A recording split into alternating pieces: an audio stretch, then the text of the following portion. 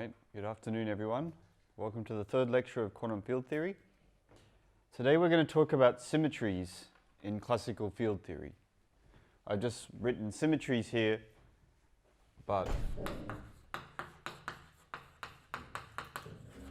I'll be a little bit more specific. Symmetries in classical field theory.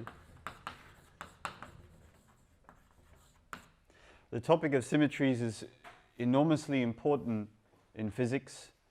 It's guided us to writing down the correct equations of motion for describing many physical systems that we have explained today.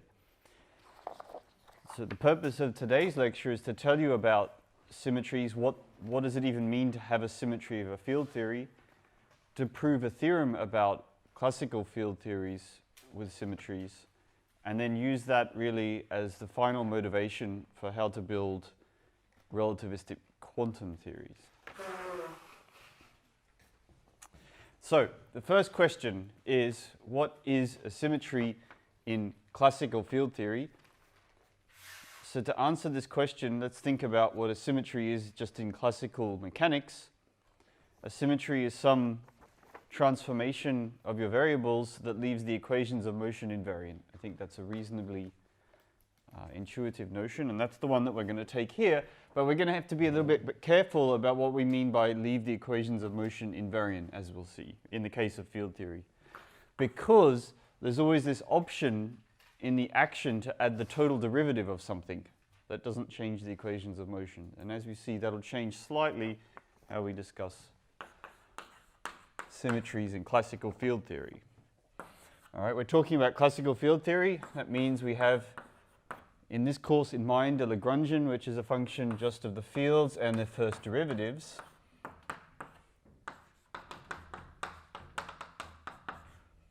I never really said it in the first two lectures.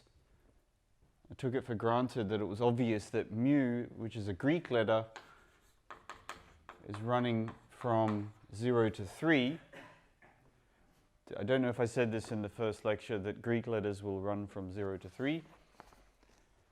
So suppose L is a Lagrange density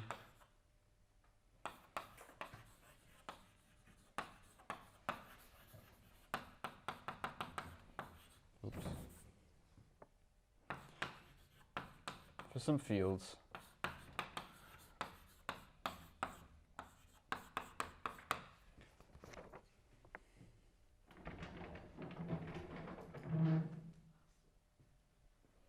So remember, in the last lecture, Lagrange densities are really this compact way of writing out the equations of motion. It's a highly encrypted way of keeping track of your equations of motion. It's very compact, but you have to unpack this object to obtain the equations of motion that your field actually obey, and that process is via these Euler-Lagrange equations. That's what and the principle of least action.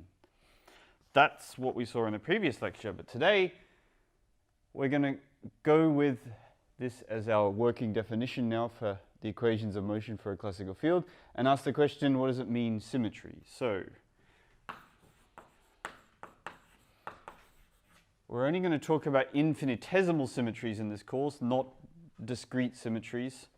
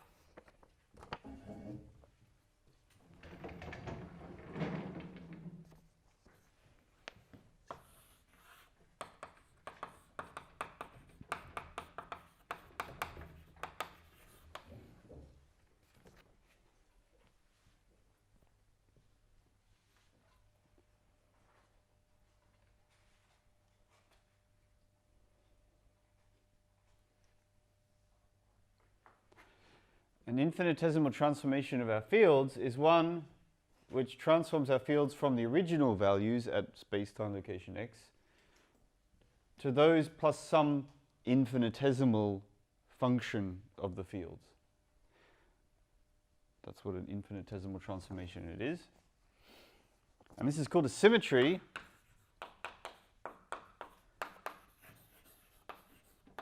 Or an infinitesimal symmetry, to be precise.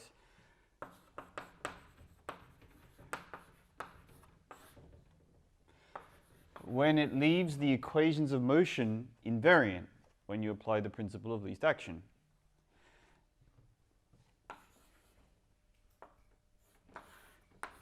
And that means that when you express the Lagrangian in terms of the new coordinates,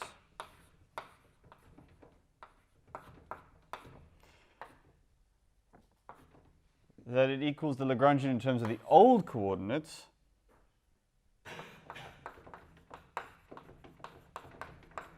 plus, optionally, some total derivative.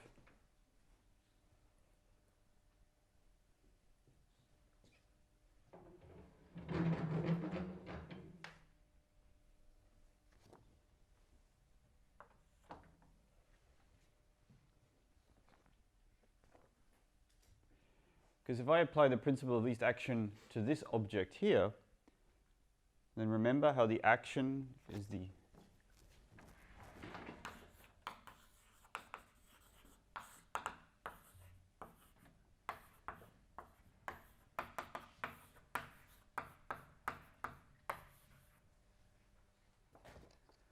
right.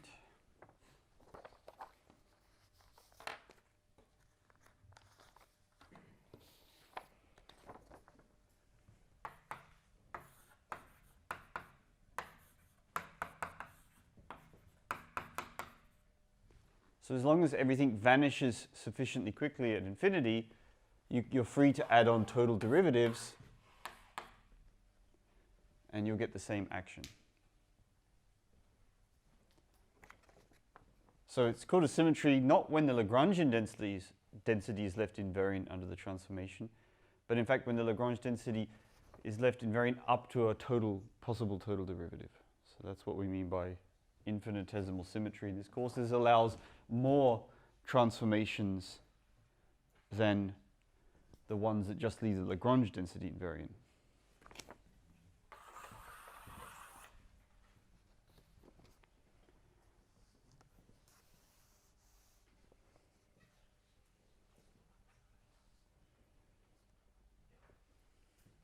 How about I just get rid of that prime? That makes life a bit easier, doesn't it? Good. Now there's a very powerful yet simple to state and prove theorem that relates symmetries in classical fields and indeed classical mechanics. This theorem is not specific to fields, and the existence of conserved currents and conserved charges. This is one of the foundational theorems.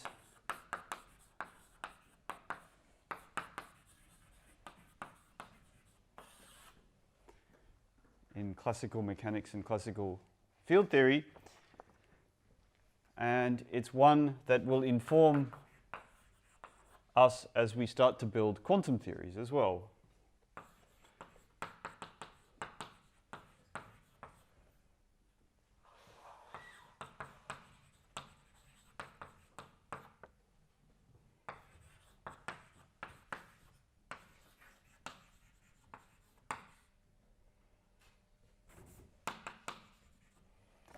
Every continuous symmetry of a classical Lagrange density or Lagrangian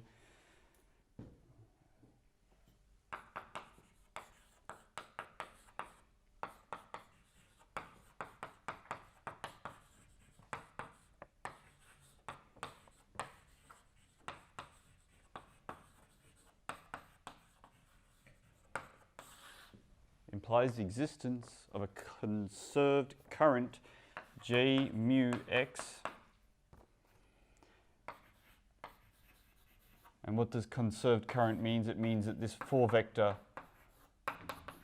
has 0 divergence.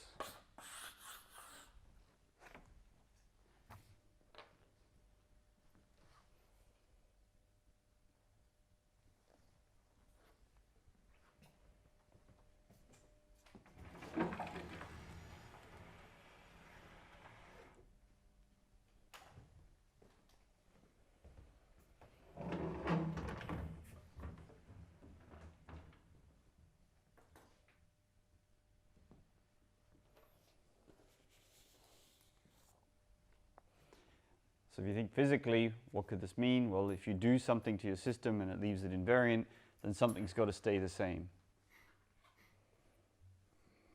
I hope that feels intuitive. You know, if you have a spinning top and you rotate it, then it looks exactly the same as it did before, then something remained the same. Something didn't change. That's what conserved means. Well, the proof is basically a direct calculation.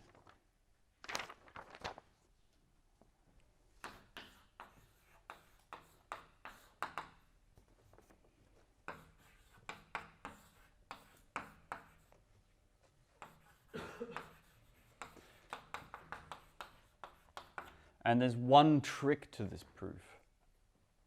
You might be tempted to just do the symmetry transformation that your Lagrangian density has, but the idea is to do an arbitrary transformation of the fields and then break it into pieces. So that's the only trick, if you could say there is a trick to this proof.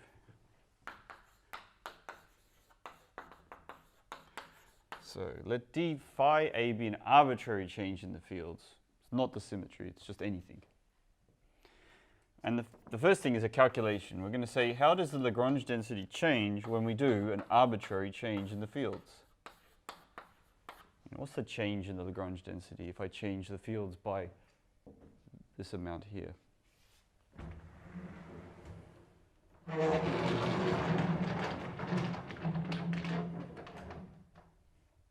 Well, if phi changes to phi a plus delta phi a, then we should be able, and delta phi a is small, remember we've always got, this is infinitesimal,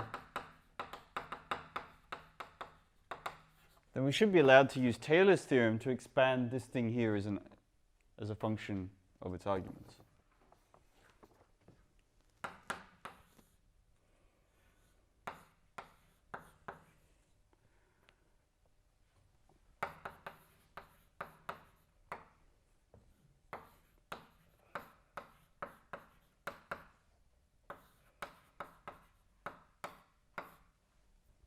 Okay, that's going to equal that. Well, not really, right? I mean, if this is arbitrary, then this number here is different from this number here. So we have to correct for that, and we do so by expanding this in Taylor's series and then subtracting off the bad bits, and then it will be the same, up to first order.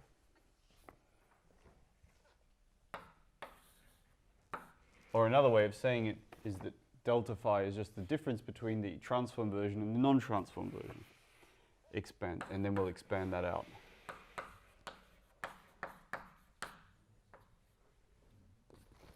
So this is what delta phi is. Delta lambda, sorry. Delta lambda is this. And then to first order in delta phi, we can work out what that is. You just expand this guy in a Taylor's expansion.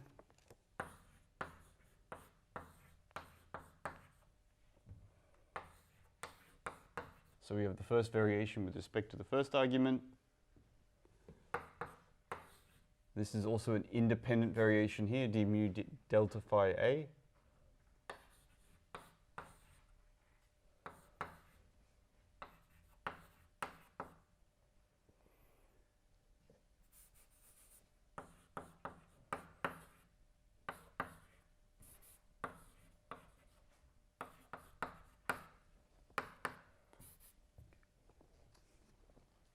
So collecting terms to first order in the variation, we now know how to relate this Lagrange density to the original one. And in fact, the relationship is via this term here. Or another way of saying it is the difference in these two is just delta L, given by this expression. Okay, great. So we're really good at doing Taylor's expansions. That's all we've done so far. We expanded something to first order. Now,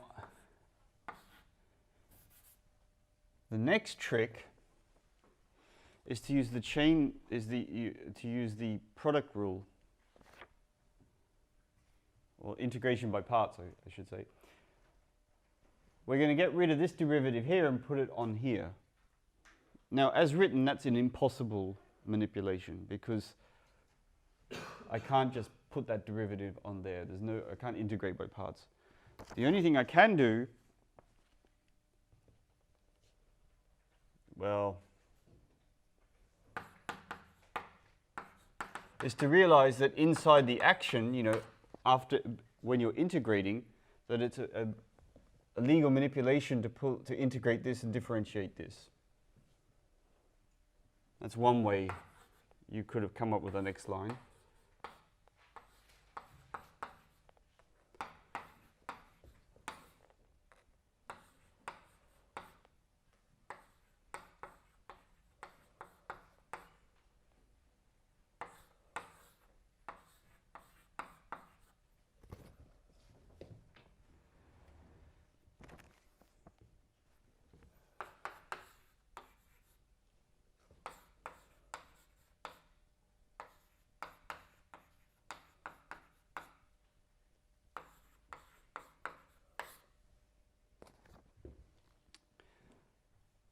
Of course, another way you could come up with this line is you just differentiate this and check that you get the same thing as before. But it's useful to understand how you might come up with this. And that is, you should be thinking that inside the action, this kind of manipulation is natural. But I guess I erased that because it might look confusing later on.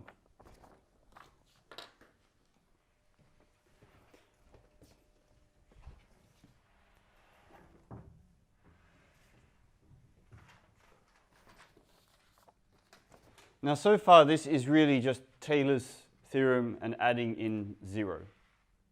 We haven't done anything more profound than that. We've got to use the information that we have now about our field. So we do know something, right? Our field doesn't just do anything. Our field is constrained by the dynamical equations of motion, which come from Euler-Lagrange equations. So when phi a obeys the Euler-Lagrange equations, well, what can we say, right? I've written this thing in a very specific way for a reason. We've given this object here a name already. These are, in fact, the Euler-Lagrange equations in the square brackets here. So if the field itself is obeying the equations of motion, which it should do, right? We're not going to consider arbitrary configurations in space-time. Then this term here is completely gone. It's just 0. So we get 0 in square brackets. And we're left with just the final term there.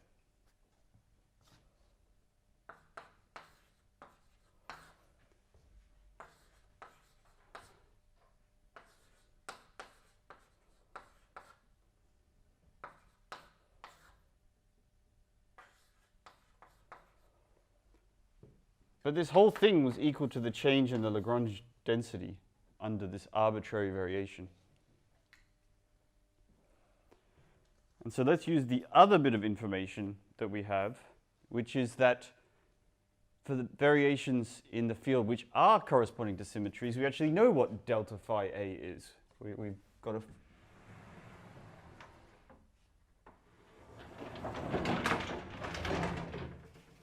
we have an assumed formula.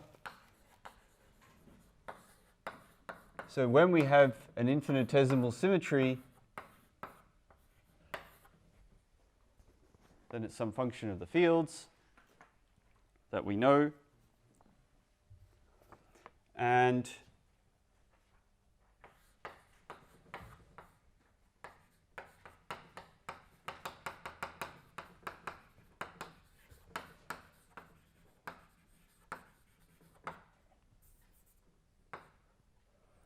we know that if this is indeed an infinitesimal symmetry, then the Lagrange density's got to change by at most a total derivative.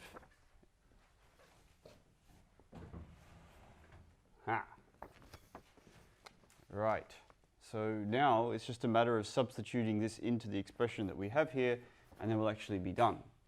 So we write on the left-hand side d mu f mu equals total d mu dl mu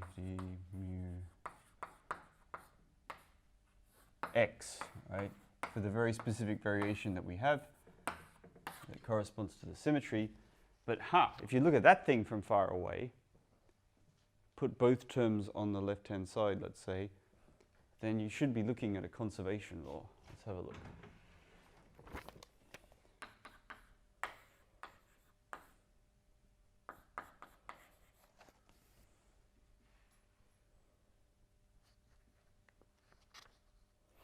Now I do it the other way around in my notes, so I may as well do it that way.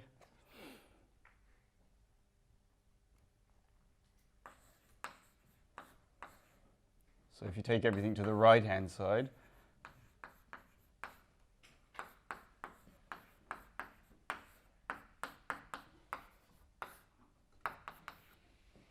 right? Look at that. That looks like a conservation law. So we'll give this thing a name. That's our J mu. We've just produced a conserved current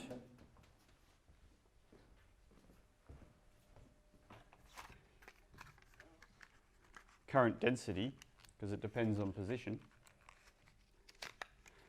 for our field.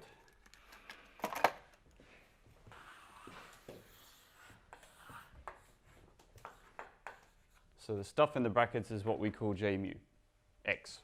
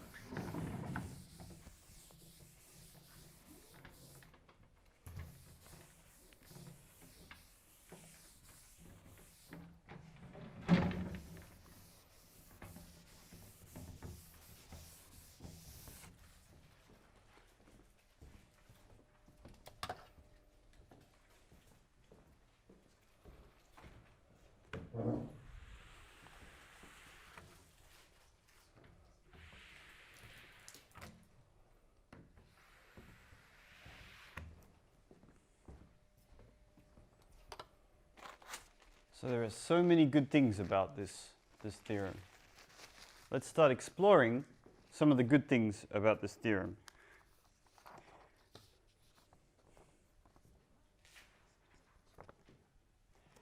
I guess the first one is that we get things called conserved charges.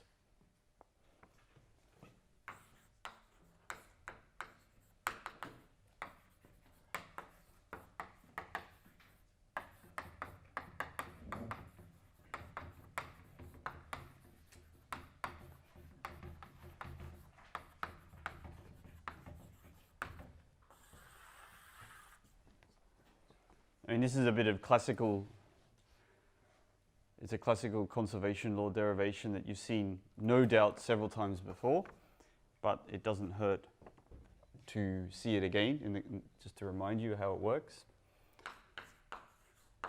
So because this equation is true locally everywhere, we can define for any region, any measurable region V, we can define the following quantity. We can just integrate over all space in this region. So in the spatial part, let's say.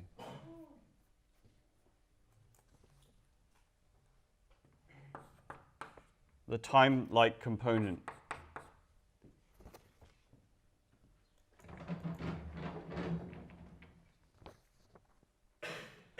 So you take a slice through space-time, you find some region V in this space-like slice, and then you integrate J naught over that. Why would you do such a thing? Let's have a look. Well, if something's to be a conserved charge, it means it doesn't change, right? So not changing means that it shouldn't change. So let's just see what happens when we try and change it. So we recklessly pass the derivative through the integral to obtain this expression here. And then, well, okay, once you've got to this point,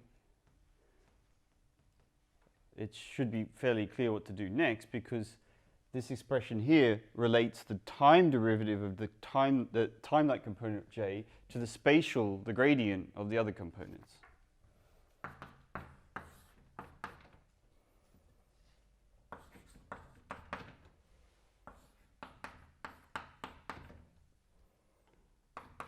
But now we just have a surface term, right? We're integrating a derivative, a total derivative over a region. So that's equal to whatever comes in through the boundary of this region.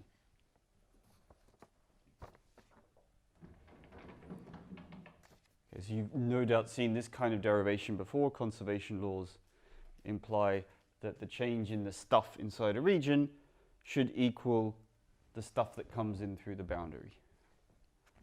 Familiar stuff. And to get a conservation law, a conserved charge itself, we just let V be the whole of space. And of course, you assume that J vanishes sufficiently fast as x goes off to infinity. Okay, that's kind of crucial. Without that assumption, then we really are cooked. And then all kinds of very interesting things can happen, actually, if that's not true. But we're not going to go through those derivations in this course. It's got more to do with topological quantum field theories and topological classical field theories.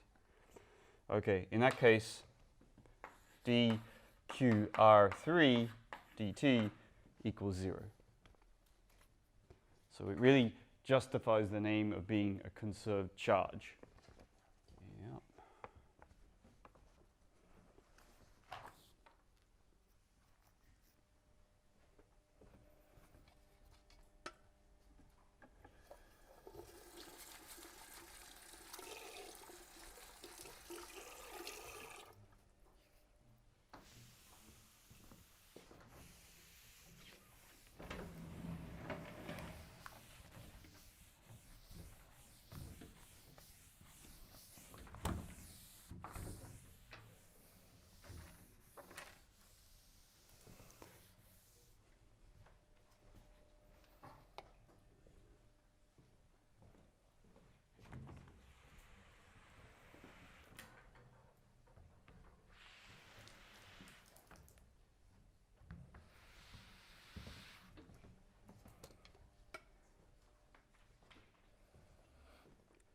So we've learned something kind of interesting here.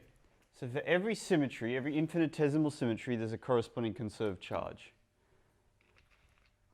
And what we're going to do for the rest of this lecture is look at essentially one example and work out all its infinitesimal continuous symmetries, and then work out all the corresponding conserved charges and conserved currents. And then we will have amassed enough kind of interesting observations that this will form a solid basis for when we start building quantum field theories. So the idea is that if something's conserved in the corresponding classical theory, then it ought to be that there's a quantum version of this that's also conserved in some sense. So that every classical symmetry, every bulk classical symmetry of a classical field theory should have a corresponding quantum symmetry. Feels intuitive enough, right? It's not always true. There's things called anomalies where classical symmetries don't have a corresponding unbroken quantum symmetry, but we won't actually get to those in this course. And once you know that these charges exist, it turns out that these are the generators of symmetries. You can use these things to generate symmetries. So you can work backwards. And that's what we're going to do, I guess, in several. Today we're just going to focus on one example, work it out in quite a lot of detail, so that we have this basis to build our corresponding quantum theory of quantum symmetries on that. And if you remember what I was saying about quantization not being a well-posed problem, that it's really just a form of educated guessing, then to help us with our guessing, knowing the symmetries is a great way to help us guess quantum theories. Because then you can look, does my quantum theory have a corresponding symmetry? Does it have a corresponding object that should be the quantum version of a conserved charge? Do these obey the right algebras? And I'll mention a bit about that towards the end of today's lecture. So that's why that's one of the many reasons why we talk about symmetries. I guess the big overall reason why in this course is that it helps us to guess quantum theories. If you're really sure that your theory has a symmetry, then then the quantum theory ought to have it, and that quantum theory ought to have that symmetry preserved as you had the classical limit, as you take a classical limit.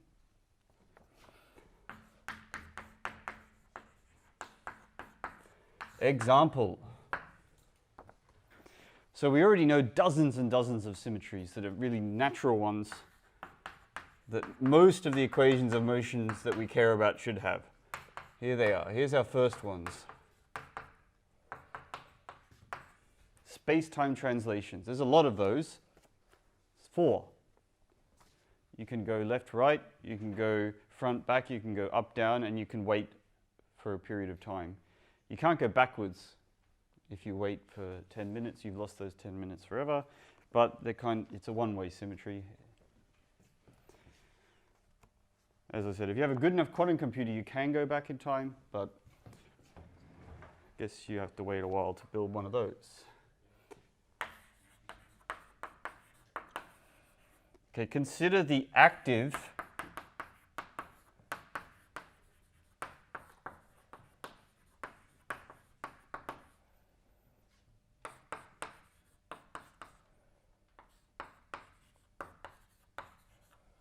the active symmetry transformation of translating by epsilon mu.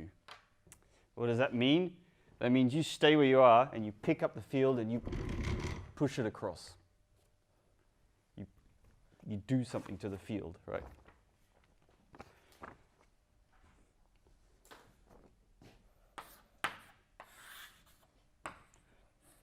There you go. You translate everything around you by a distance epsilon.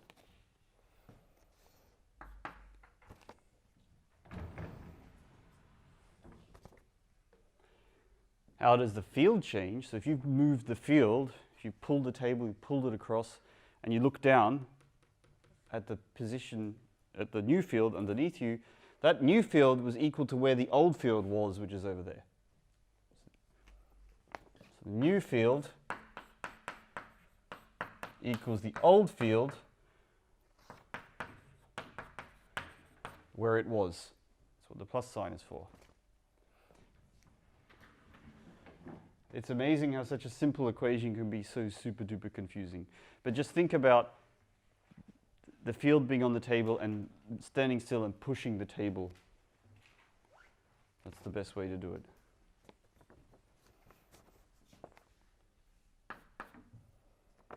Yeah, take a look on physics stack exchange for people who are confused about the difference between active and passive transformations.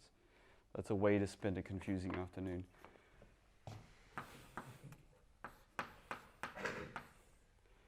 Now it's infinitesimal. I'm not meant to move the table by very much. I should have only moved it by an angstrom in order for this example to really work. But I didn't. I moved it by 10 centimeters. So you have to imagine that epsilon is small so that we can do a Taylor's expansion like this and stop at first order. And this thing here, this is now our change in the fields corresponding to the symmetry. All this stuff, that's the change in the field.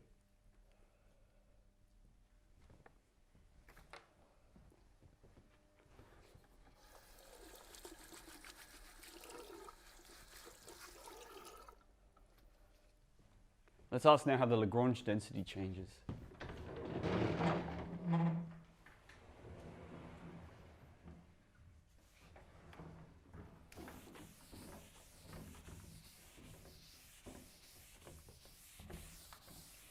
This is such a simple symmetry. It's not changing the fields at all. It's just changing where you're evaluating the fields, that we're going to cheat a bit in working out our change in the Lagrange density.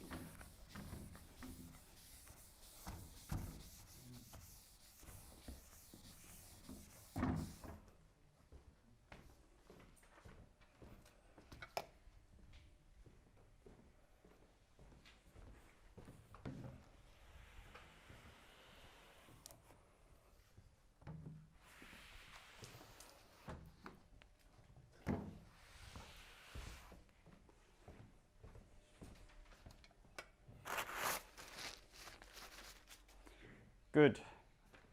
We change the field, let's change the Lagrange density.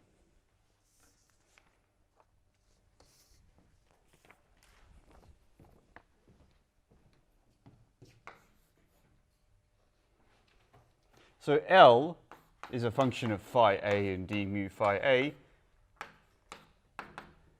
But via them, it's just really a function of x, isn't it? When you put in the field evaluated at x, you put in the derivative of the field evaluated at x, you stick it in, and it's a function of x. Simple. So that's great, because that means that we can just straight up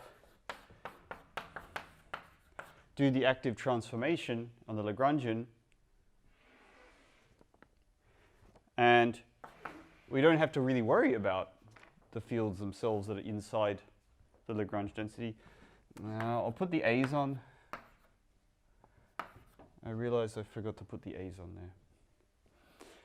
So this is a function of some new variables. Mu x mu prime. And we can do the same thing we did over there. We just Taylor series, right?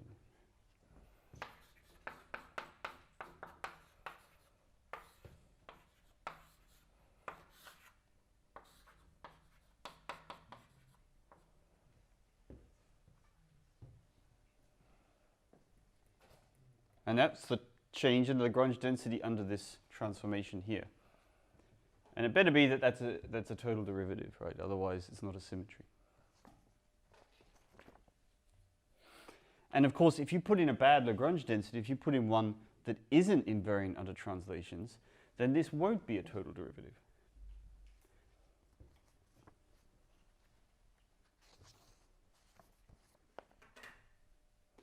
Now what we're going to do is apply Noether's theorem to this particular example. And we realize that actually we've got quite a lot of symmetries here.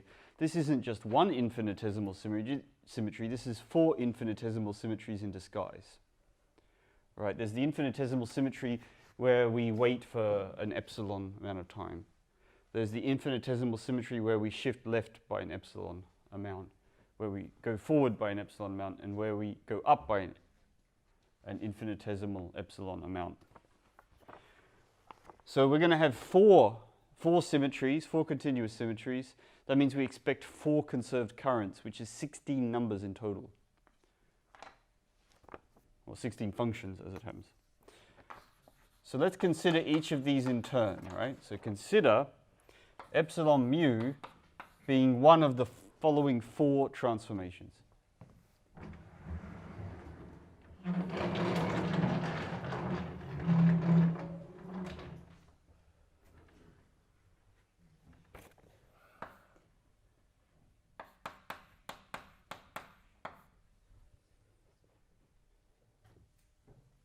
There's an epsilon here. So epsilon mu is of the form of epsilon times by this vector here, which I'm going to call v naught hat. That's the weight for weight for a unit of time vector. Or this guy here, which we call v1 hat.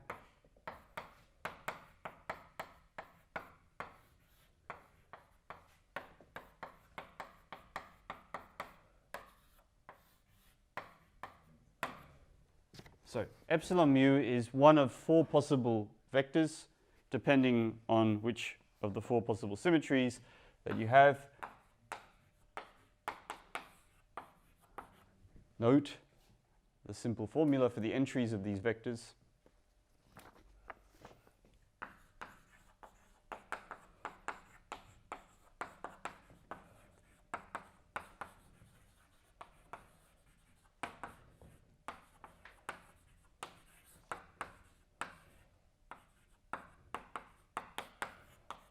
Okay, there's 4 separate symmetries to take account of and to use Noether's theorem on. Let's do each of them in turn.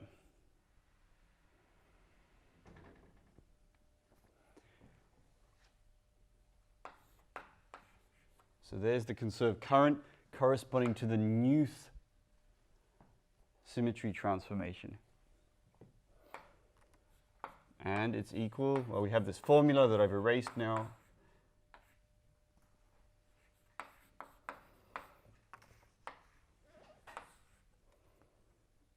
And what is x mu? Well, it's just translate by nu along the Newth direction. See.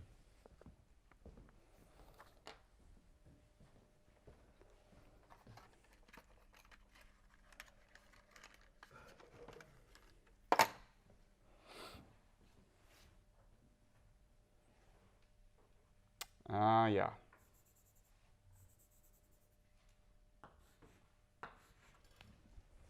That was a bit confusing. I had a mu's here and here. I guess you could see what I meant, but that's...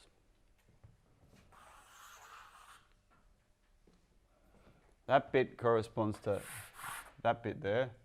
Yeah, that didn't work very well.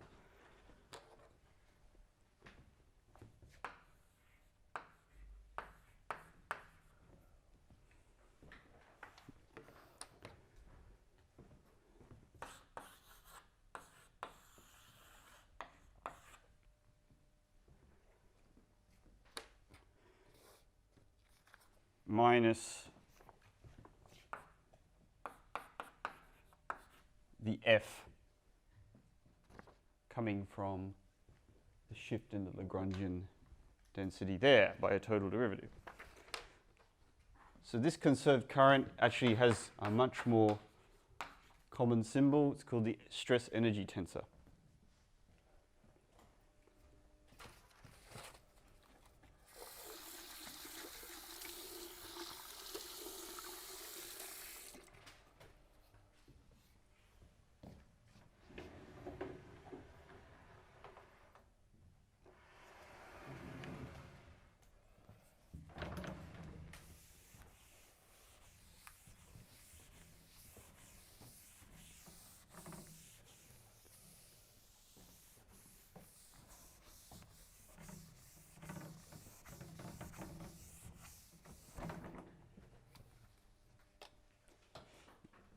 Yes.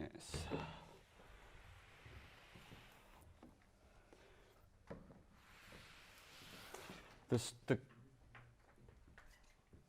Newth column of the stress energy tensor is the conserved current corresponding to the Newth translation, the translation along the new direction.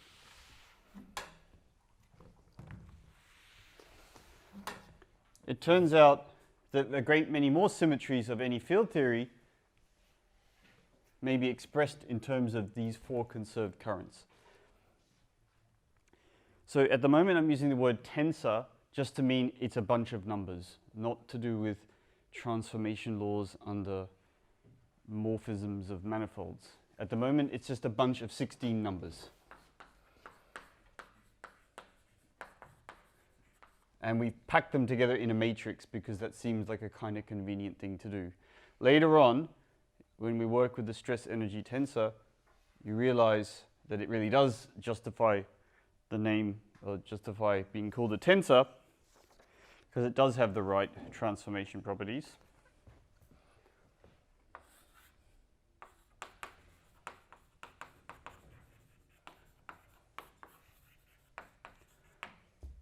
And as the status of a bunch of conserved currents, it means that there's a bunch of conserved charges corresponding to these symmetries. And these are the things that are quite interesting. Yeah, I should say what F mu nu is.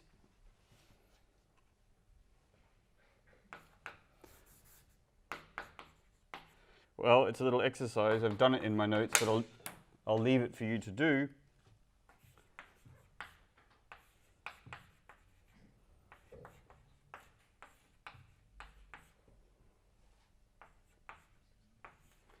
That F mu nu is delta mu nu, the Lagrange density itself. Just a little exercise for you just to think through. Or energy momentum tensor, I guess.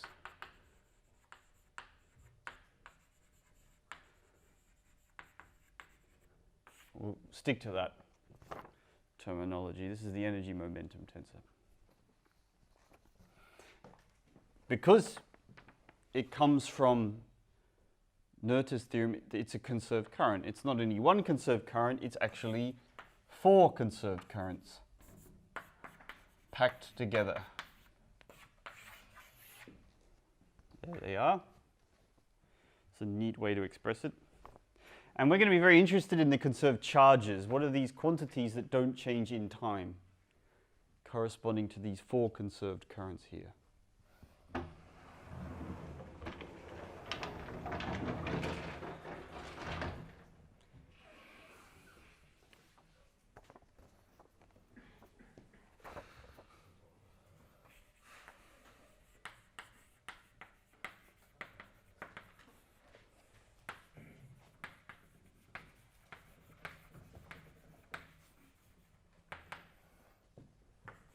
Well, one of them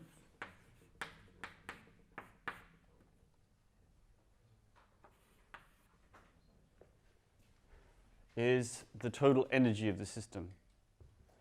Now, I typically work with T mu nu with nu raised up, so we're going to raise one of these indices.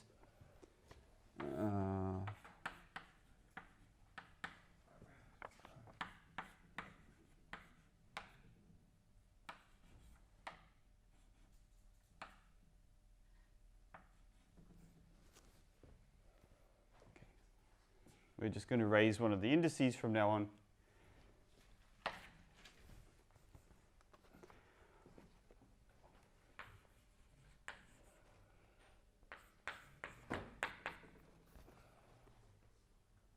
So we give names to the conserved quantities based on some physics.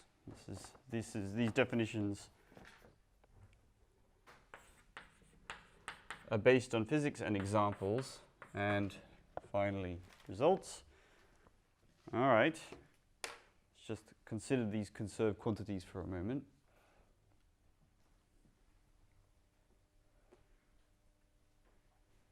If your equations of motion are invariant under shifts in time, waiting for some time, then something remains invariant under a shift in time, and that is the energy. So the quantity that doesn't change in a closed system as time passes is the total energy. So the conserved charge, the thing corresponding to the symmetry shifting in time, which is this quantity according to Noether's theorem is E, the energy. We identify it with the energy of the system. Correspondingly, if your system is invariant under a shift along the x-axis, say, then the quantity that doesn't change under a shift along the x-axis is the momentum along the x-axis. So that's why we name these conserved charges the momenta in the jth direction.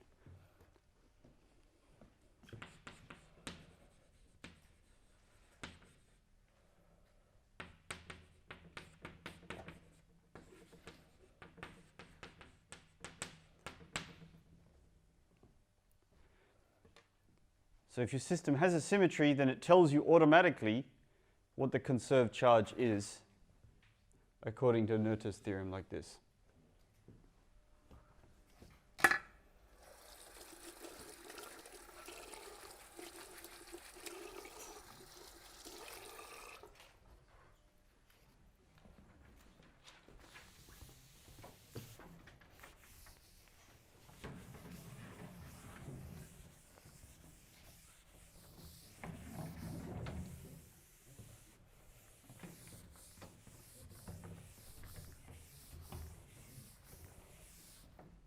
Okay, so this is an example.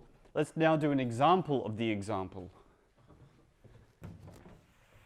Because so far, we haven't actually committed to a Lagrange density. We've just said, let L be a Lagrange density invariant under shifts. Let's actually get our favorite Lagrange density and work out these quantities.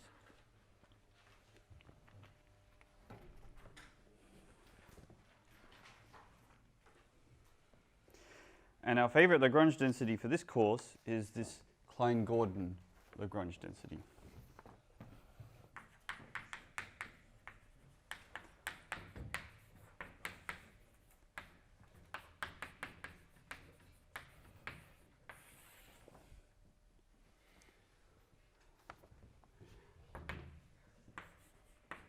So this Lagrange density should be in your muscle memory by the end of this course. You should be able to just write this one down whenever you wake up without looking at a book.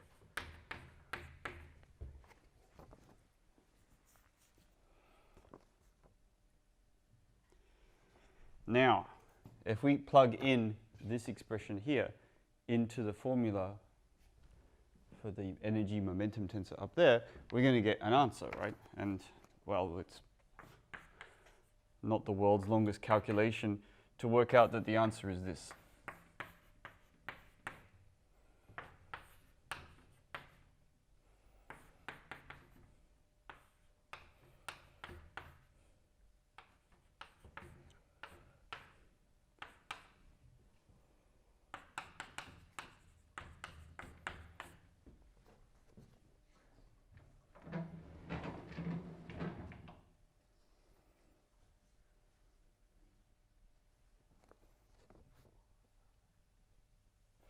And if you raise that index mu up, then has a slightly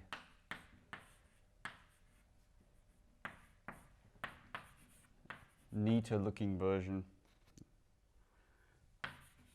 like this. You can also write it like that if you want. The conserved charges, these are the things that don't change. Well, the energy, which is the integral of the naught component of this energy momentum tensor, let's calculate what it is. And you'll quickly convince yourself that it is, in fact, the energy density as we derived it in the last lecture. So, wow, that's a relief, right? This is the Hamilton density for the field. Good. The system still works. And we learned some other stuff that we didn't quite know from the previous lecture, which is the bulk momentum for this field. So you take the field density, you integrate the momentum of the field over the entire space, and that tells you the bulk momentum of the field, how much it's shifting to the left, right, up, down. That's this quantity, and is given by this expression here. It's a simple matter of substituting in this expression into those conserved charges here. So this is not super intuitive that this is the bulk momentum of the classical field, but it is.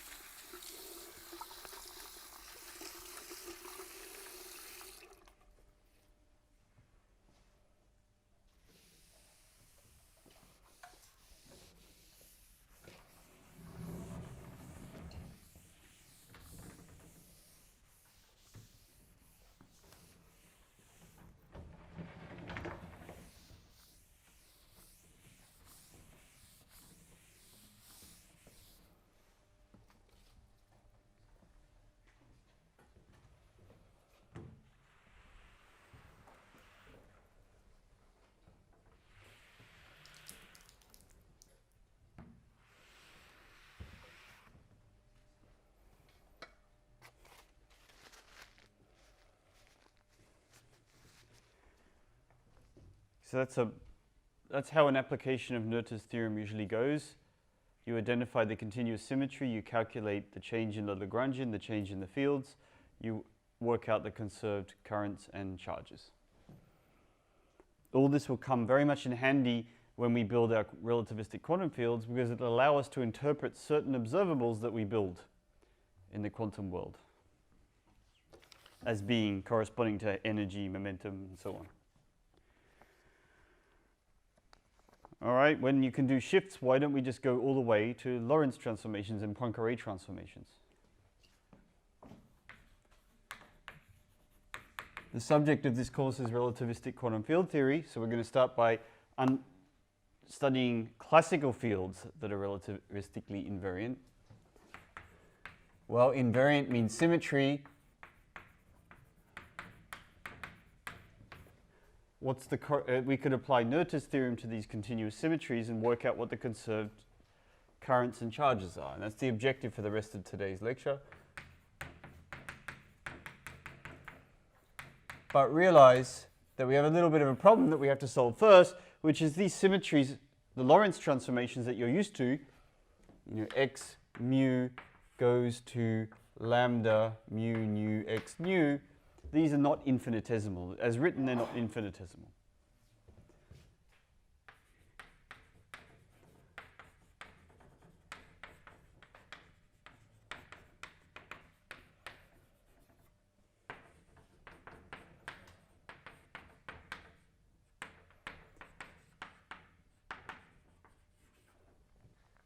So I want to work out in the next couple of lines what an infinitesimal Lorentz transformation, what equations it has to obey. What is an infinitesimal Lorentz transformation?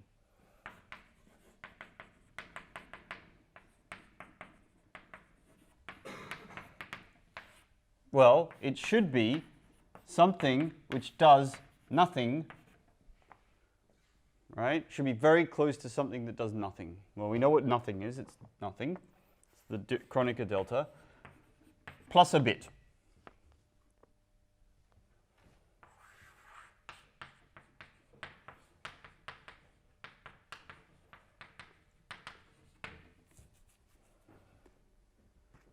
Now, can we have any omega mu nu is the question.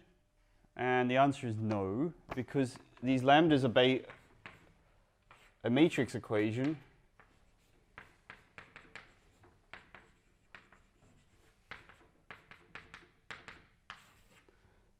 so these matrices of 4x4 matrices, they can't be any old 4x4 matrix. They have to have the property that when you multiply the transpose by eta by themselves, that you get back eta. That's what it means to be a Lorentz transformation.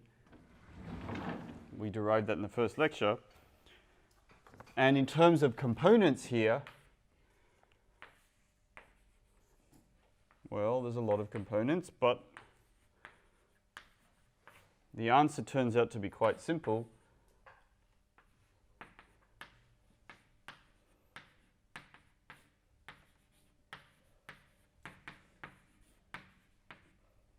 Okay. When you substitute this into that expression here and write it in components, you get this constraint here on this omega. And that implies, it's a little exercise to order omega, that omega mu nu plus omega nu mu equals 0. Well, okay, I'll do it with upstairs indices.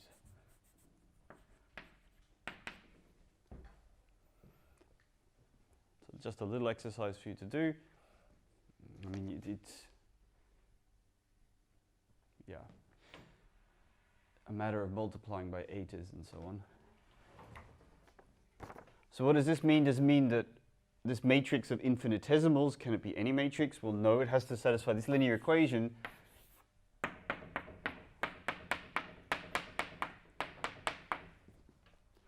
So let's look at the diagonal entries. So omega naught naught plus omega naught naught is 0, right? So that's 0. Omega 1 1 plus omega 1 1 is 0, so that's 0.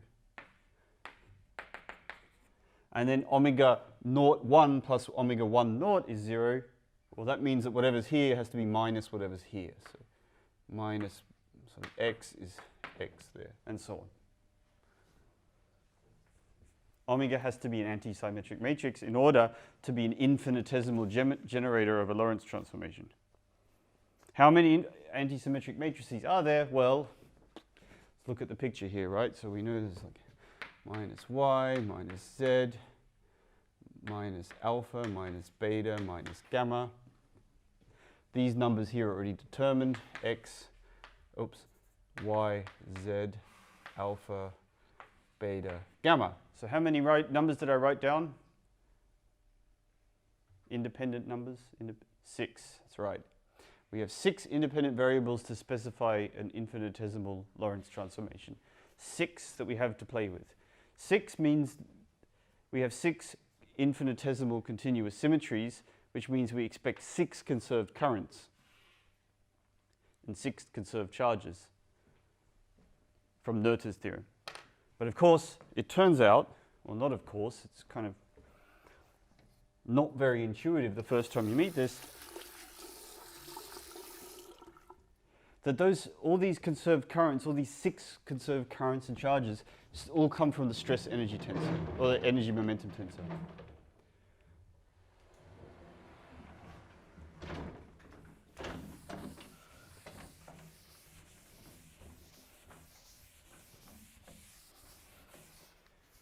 And at this point, this seems a bit mysterious, but well, when you learn later on that the energy momentum tensor is the response of the field to a deformation of space-time, then it starts to make a bit more sense.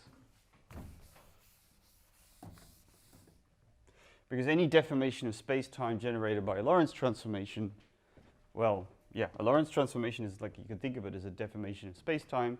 I've just told you that the energy momentum tensor comes from the response of the field to deformations of space-time. So in that sense, it's not so surprising that it would pop up again here.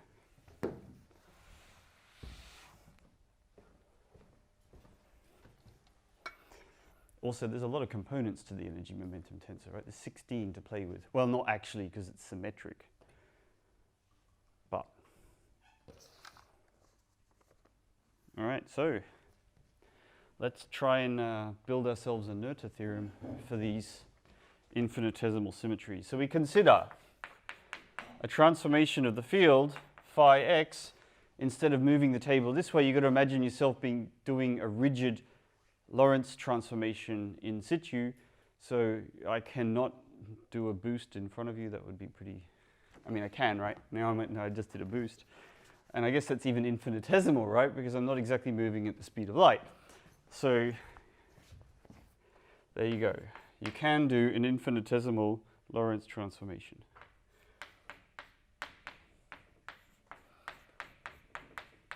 We're doing an active transformation here, so you to undo it when you want to evaluate the field at a given position.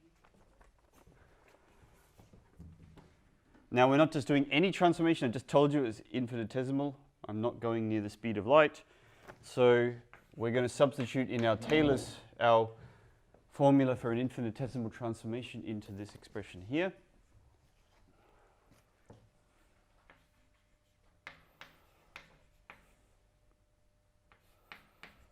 And we end up evaluating this field here. Oh, wait, I've forgotten the A's. I should put some text in here.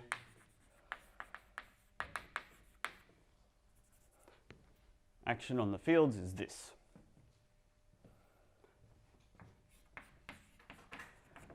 And collecting terms to order omega, because everything's infinitesimal, we get a nice formula.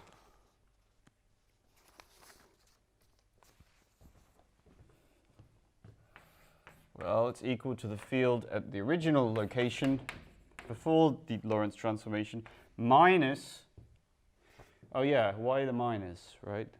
That looks a bit odd. Well, you can quickly check that delta minus omega is the infinitesimal version of an inverse Lorentz transformation to order omega.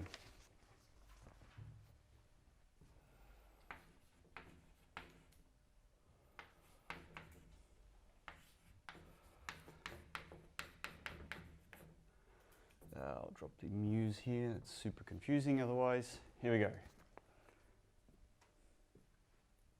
That's the action on the fields of an infinitesimal Lorentz transformation.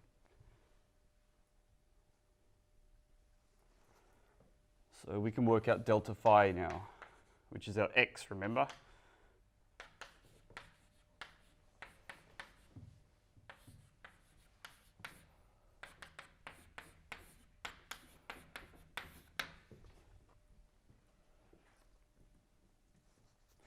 And correspondingly, we can work out the change in the Lagrangian density, same argument.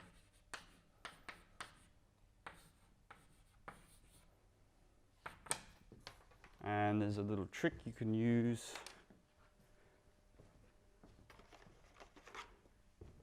to turn that into a total derivative.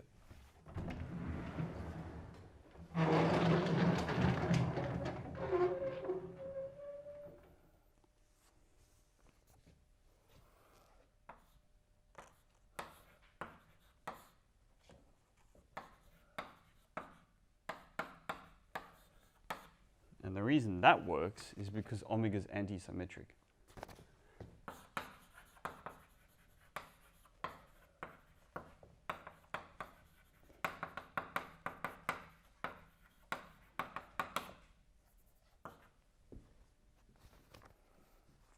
All right, well.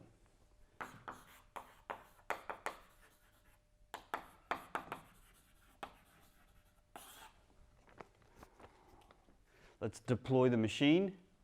Noether's theorem gives us, corresponding to every one of these transformations, a conserved current.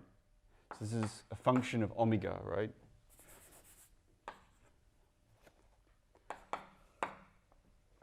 And this is the formula, d mu phi a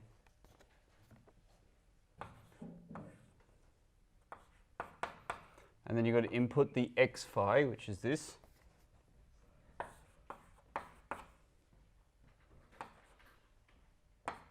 And the omega, the f mu nu, which is this.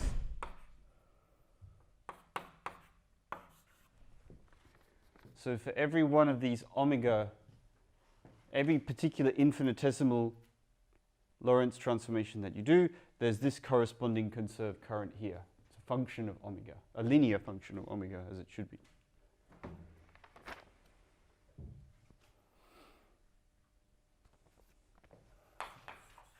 Now, as we counted over there, how many linearly independent Lorentz transformations are there near the identity? The answer is 6.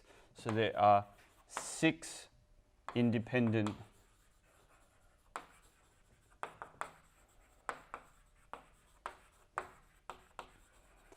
conserved currents. And, well, I'll just give them a funny name, J mu, and we'll use this notation rho sigma to indicate that the rho sigma entry is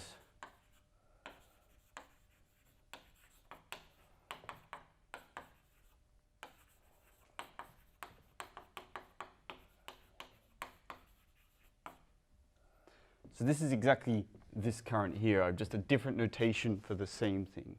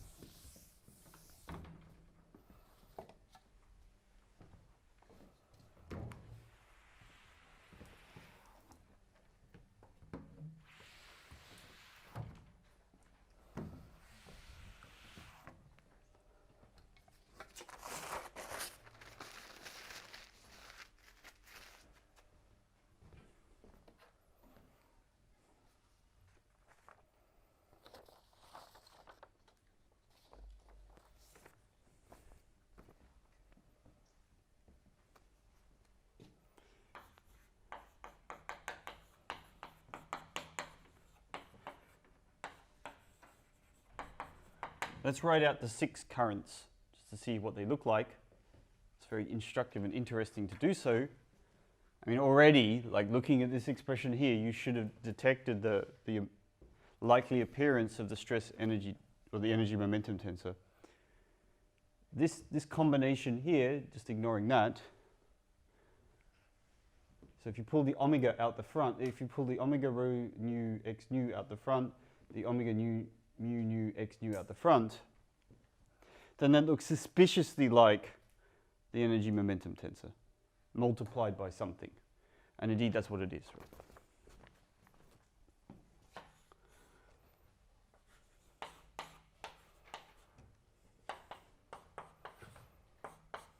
Well, it's not exactly the energy momentum tensor. It's a difference of two energy momentum tensors multiplied by x, but nonetheless.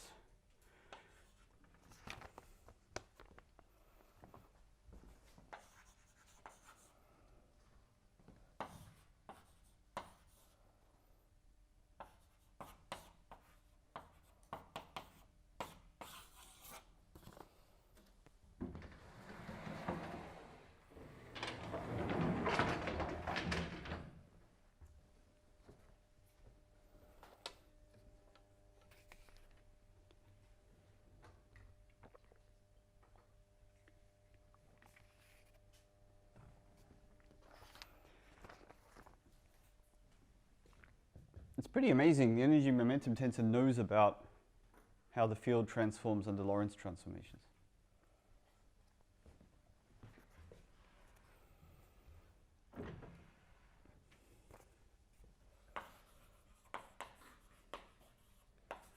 Let's take a look at the conserved charges.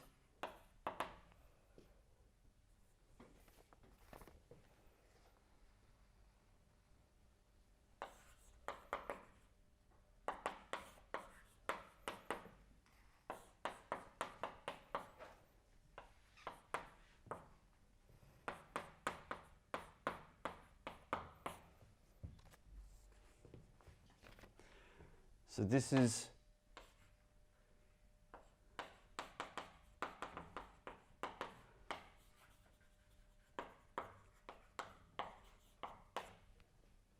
at this point mysteriously named the generators of rotations.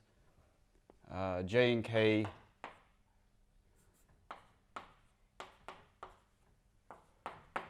run between 1 and 3. So J equals rho in this case, K equals sigma. And the other one, other conserved charges, are these guys here.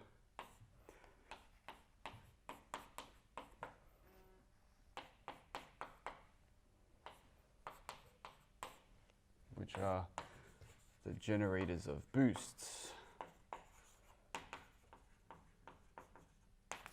Also a bit mysteriously named at this point.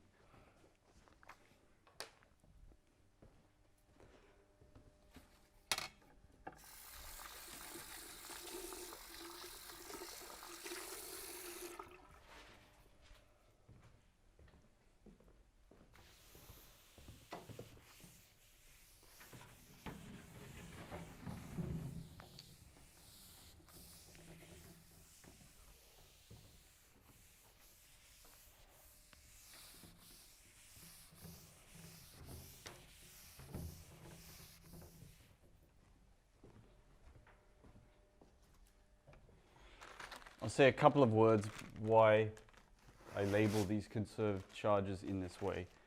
I also should have labeled the conserved charges of translations as the generators of translations.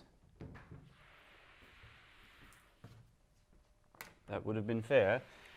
And the conserved charge corresponding to a translation in time is the energy, but that's the generator of time translations. So I'll just explain where this comes from, although I won't prove it because it gets extraordinarily tedious to do this in field theory, which is why no textbook ever writes it out. You will be hard put to find a source for this. So let's explain in the remaining couple of minutes why I'm calling these charges generators.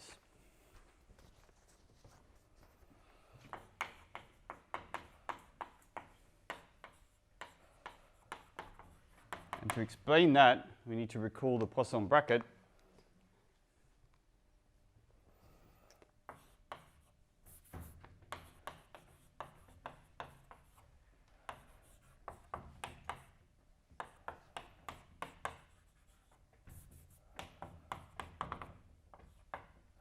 So just remember now your original Hamiltonian mechanics.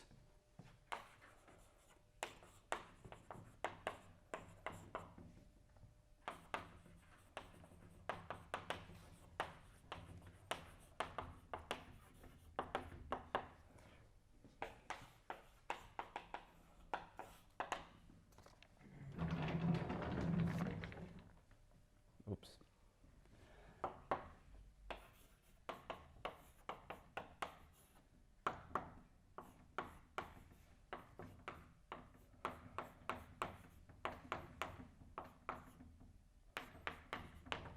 And let these be two functions on phase space.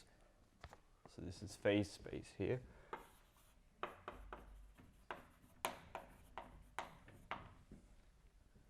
Then the Poisson bracket of f and g is the sum, as j goes from 1 to n, df, d, I always get this wrong, qj, dg, dpj, minus the f's and the g's stay the same, but the bottoms change.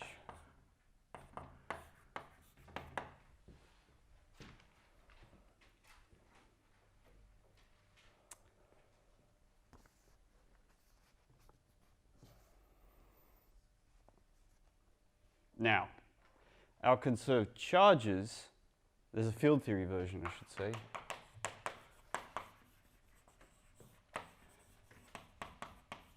So it's like in no book how to do, well, there's one book that I know of where they try and do field theory from the Hamiltonian perspective, classical field theory, but it's very unusual. And so you have to look quite hard to find definitions appropriate for field theory. There's a corresponding field theory version of this, remembering that Qj is a canonical position, so you should think of that as the field, and Pj is the canonical momentum, which is the momentum density. So the corresponding Poisson bracket for classical fields is this object here.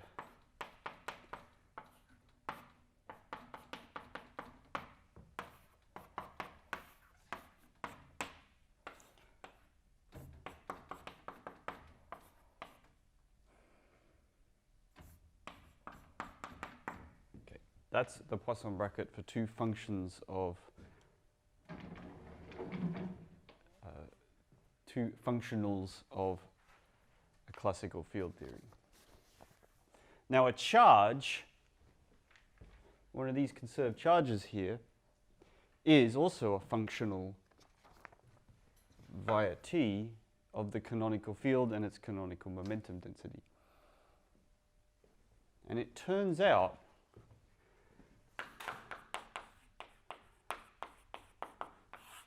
and I'm not going to prove it to you here because it's, in the mechanics case, pretty straightforward to do it yourself, and in the field theory case, just really ugly.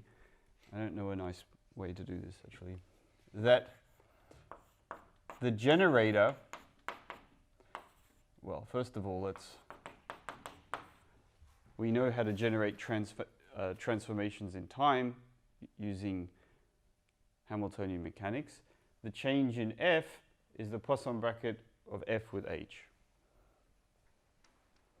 Now the remarkable thing is that if you take these conserved charges and you put them here in place of h, then this equation will generate infinitesimal shifts and infinitesimal rotations.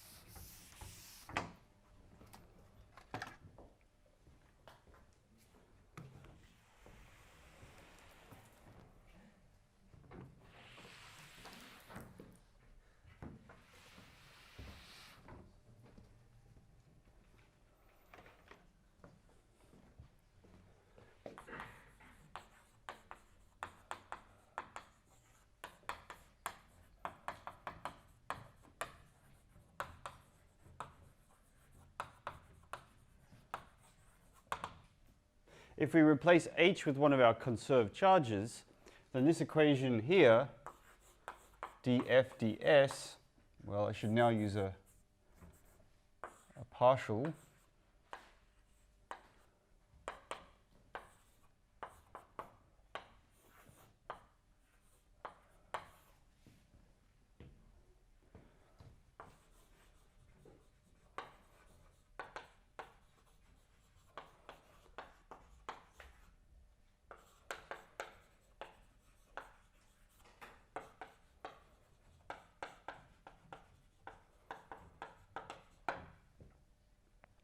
So this equation here, this is not what I'd consider examinable material. I should point this out, right? This is sort of extra.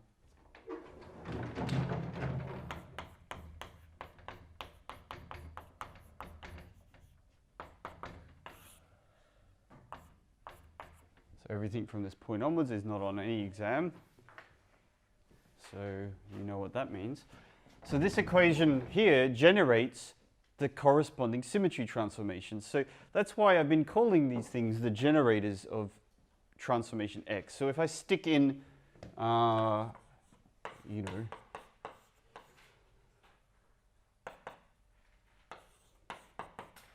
into here, we put in the conserved charge Pj, right?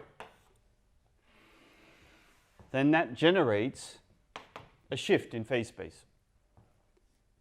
If I put in Q rho sigma, then that generates a boost or a rotation or I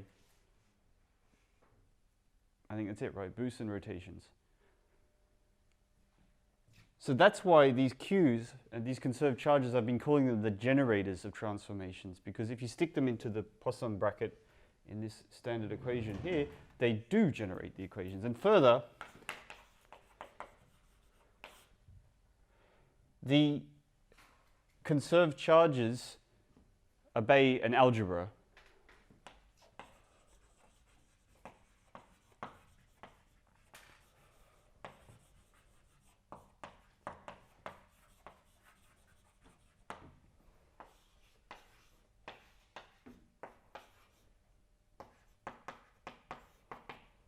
And it's quite a complicated algebra, but it closes alpha, beta. It closes, it's a function just of the Qs, and it's in fact a Lie algebra, the Lorentz group.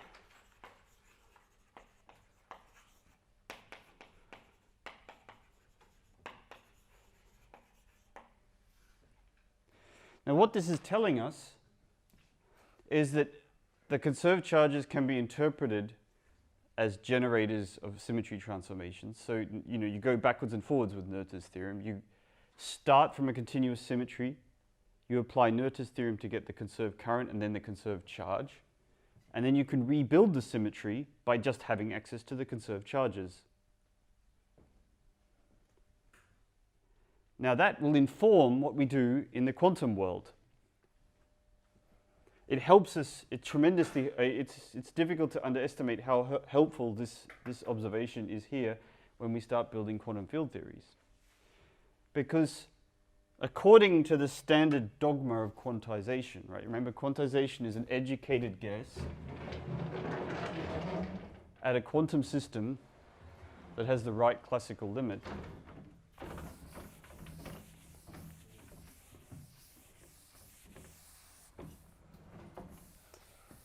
And because it's a guess, you always have to work hard. Because you can never be sure. You can't be 100% sure that your guess really worked.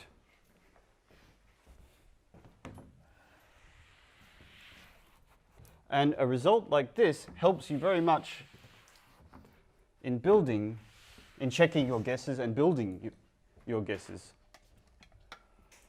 So let me give you the standard dogma.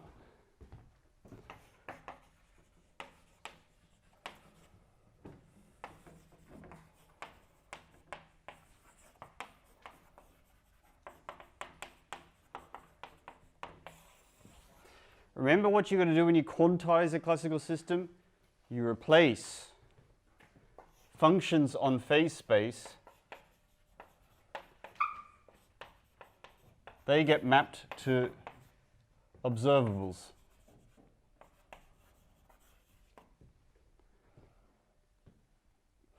The Poisson bracket between two functions on phase space, that gets mapped to the commutator of these observables, right?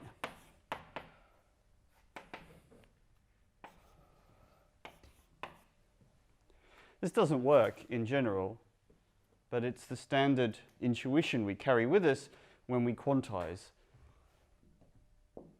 Observables in classical mechanics are functions on phase space.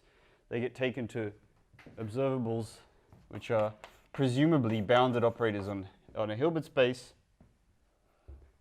They're not in general, they're usually just self-adjoint, which is why I'll just put L for linear operator on Hilbert space. And Poisson brackets get replaced by commutators. And symmetries, well, this equation over here, well, I should have put an I here as well, right? I forgot the I, being sloppy. If you now just take a look at what we've learned here, conserved charges are functions on phase space, so they correspond to some Hermitian operator. So conserved charges have got to get mapped to something with a hat on them.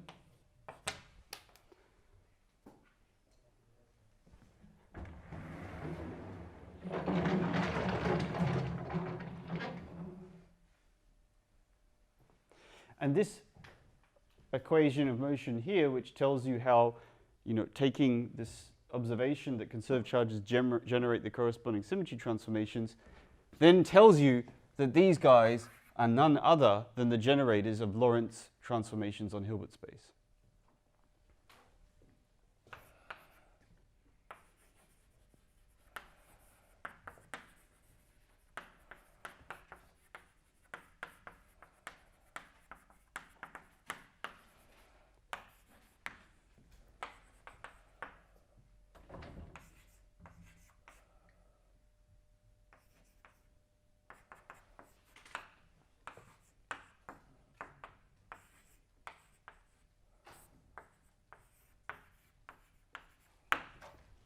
Oops, hat. And it's this dogma here that guides us in building relativistic quantum field theories. So what we do is we come up with some Lagrange density, and then we try and intuit these conserved charges here. We try to, and that means Hamiltonian, right? One of the conserved charges is the energy, so we try and work that out. And then we also intuit by putting hats on fields all the other expressions for all the other conserved charges.